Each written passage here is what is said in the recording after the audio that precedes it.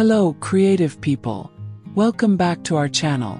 Today is the day to demystify watercolor and prove that in just 3 simple steps, you can watercolor a pepper so realistic that even your taste buds will doubt whether it is art or not. Sounds impossible? I assure you it is not. I will show you an infallible method to master this technique without suffering and with incredible results. If you like today's topic, don't forget to like and subscribe to the channel so you don't miss any new videos. In this video we will use 224-gram Canson cellulose paper. I have never used this paper, so I will test it here with you. We will also use watercolor and a brush. The colors used are in the video description. Let's start with a sketch of the pepper. I have here to help me this real pepper to guide me in the sketch.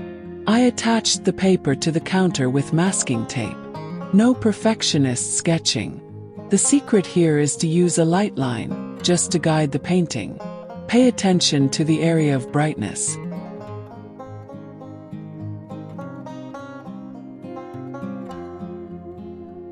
Drawing was easy. Watercoloring will be even easier. In the first step, we will start with the paint very diluted. In this case I am using the color carmine to make the body of the pepper. I tested the color and found that it came out too pink and the pepper has a more vibrant red. So I will mix in a little vermilion to revive the vibrancy of the red color. Tip: if you don't have vermilion at home, you can add yellow little by little. Use little yellow because otherwise it can turn orange and we want a bright red. Now yes, it has a very vibrant red similar to the shade of the pepper that I have here. Let's start watercoloring the body of the pepper, respecting the area of brightness stipulated in the sketch.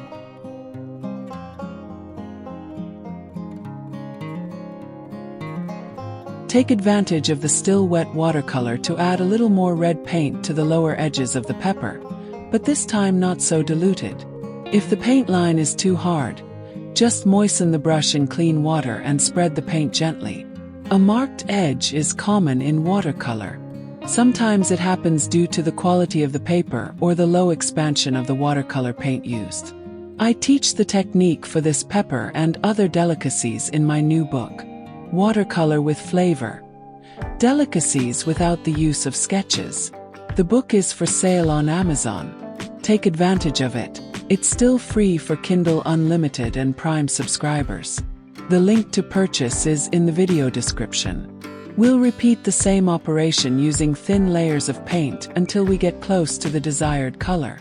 Note that I'll add pigment to the edges, and as I get closer to the light area, I'll dilute this pigment with water, creating a soft gradient. In the second step we'll do some shading. To do this, I will mix the red color with a little green and apply it to the lower edge of the pepper, and I will dilute this color towards the center of it. A simple tip: the best shade for each color you use in any watercolor is the mixture of the main color with the opposite color on the color wheel. This mixture will generate a color that we call dirty color, but it will provide you with a more realistic shade on the object. After the shade is applied, I will use red again on the entire body, including on top of the shade, but always preserving the light area.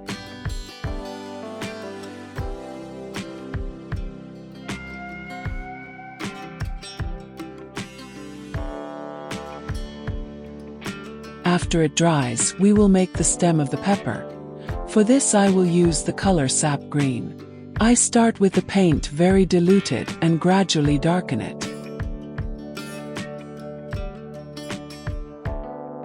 Again I mix the green with the red to create a very dark shade of green, almost brown, and apply it to the stem, respecting the light area.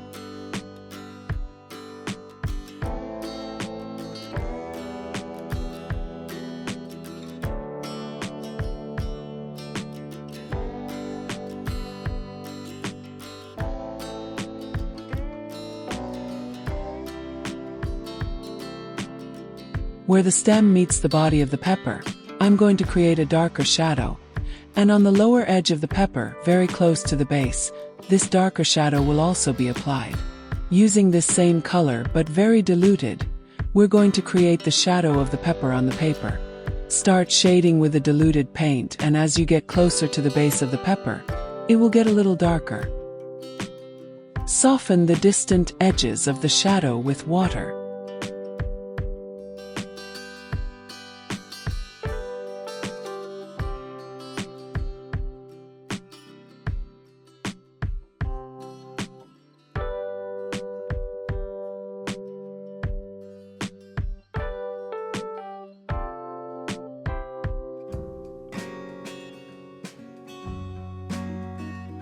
That's it.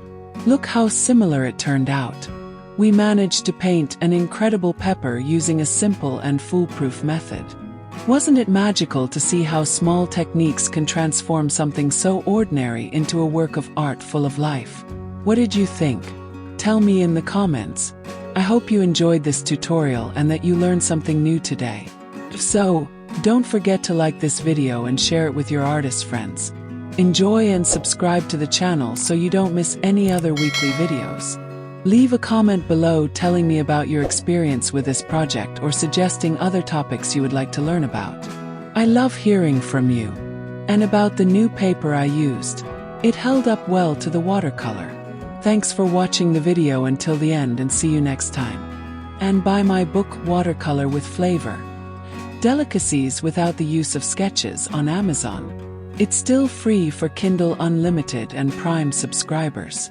Enjoy, the link is in the video description.